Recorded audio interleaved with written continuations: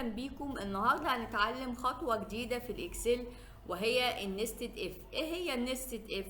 النستد اف هي اف المركبه او المتداخله. يعني ايه؟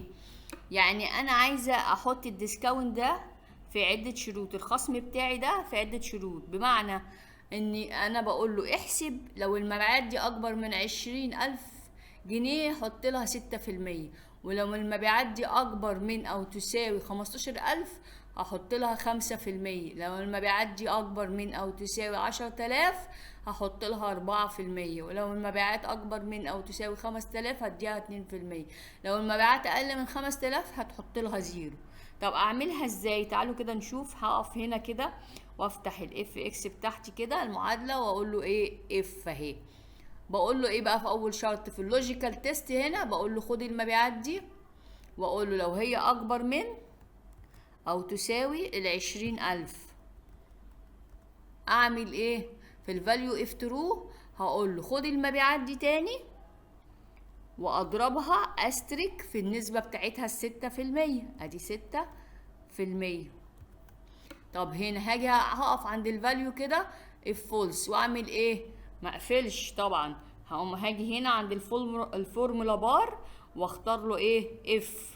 اف دي بقى المتداخله، واقول له طيب خد لي المبيعات دي بردك لو هي اكبر من او تساوي 15,000.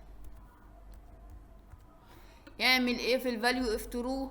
خد لي المبيعات دي بردك واضربها استريك في ايه؟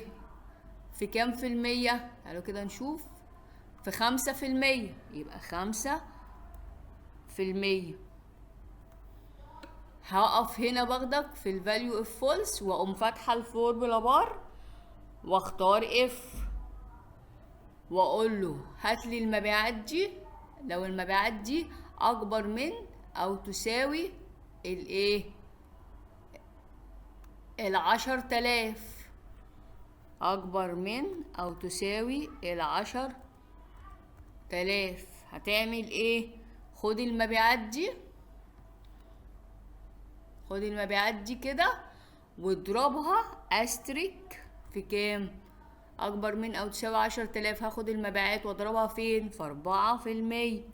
واقف هنا باخدك كده واقول له افتح الفورمولا بار واخد اف تانية واقول له هات لي المبيعات دي بردك كده لو المبيعات دي اكبر من او تساوي 5,000. هعمل ايه؟ قال لي خدي المبيعات استريك واضربها في ايه؟ في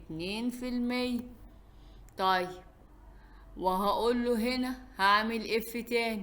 طب هنا بقى لما افتح الفورمولا بار كده واضغط اف هقول له ايه؟ لو المبيعات دي اقل من 5,000 اعمل ايه؟ في الفاليو اف ترو ادي 0 واقول له اوكي.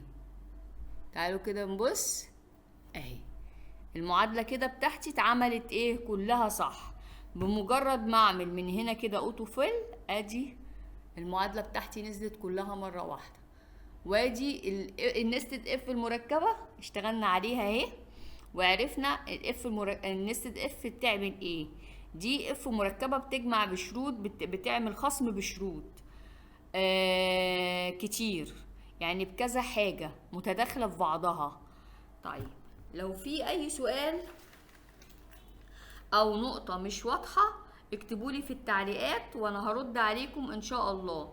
وما تنسوش تعملوا لايك واشتراك في القناة عشان نكمل مع بعض سلسلة الاكسل من البداية للاحتراف.